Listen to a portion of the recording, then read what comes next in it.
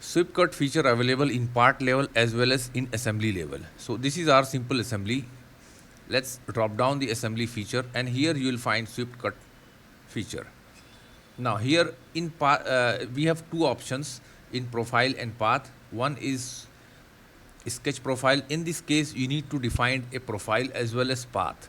So let's go for this one first. Now this is our assembly, and let's drop down, and there is one simple sketch show. Now we already selected sketch. Now select the path. So I am going to select this path. Okay, now you will see the preview. Now come down here. Now rest all options are same, only let's see in feature scope there are two options: all component, selected component. Let's say all component, say okay. Now look, this is going to make a cut between two parts. Simple. Again edit. Now go to selected component. Now here it's selected, auto selected.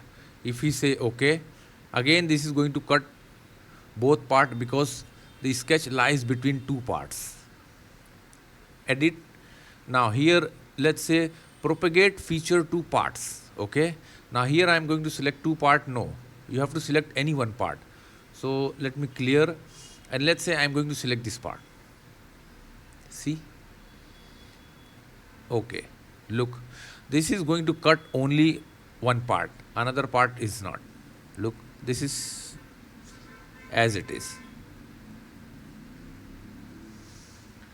So let's say uncheck this propagate part, auto select. Auto select means this is going to cut in both part. So this is how a simple tool use you can do in assembly also. Okay, let me delete this. Now again I am going to use sweep cut. Now the second option is circular profile. Now let's choose circular profile. Now first you have to choose a path, and profile, let's say 1 inch, and these things are similar.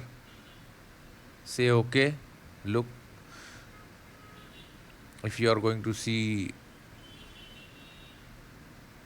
look how perfectly it cuts.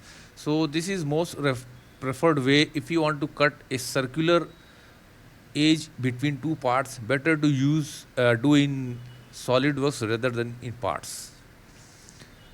Don't forget to share, like our video, and please subscribe our channel for more video and more projects in SolidWorks. Thanks for watching.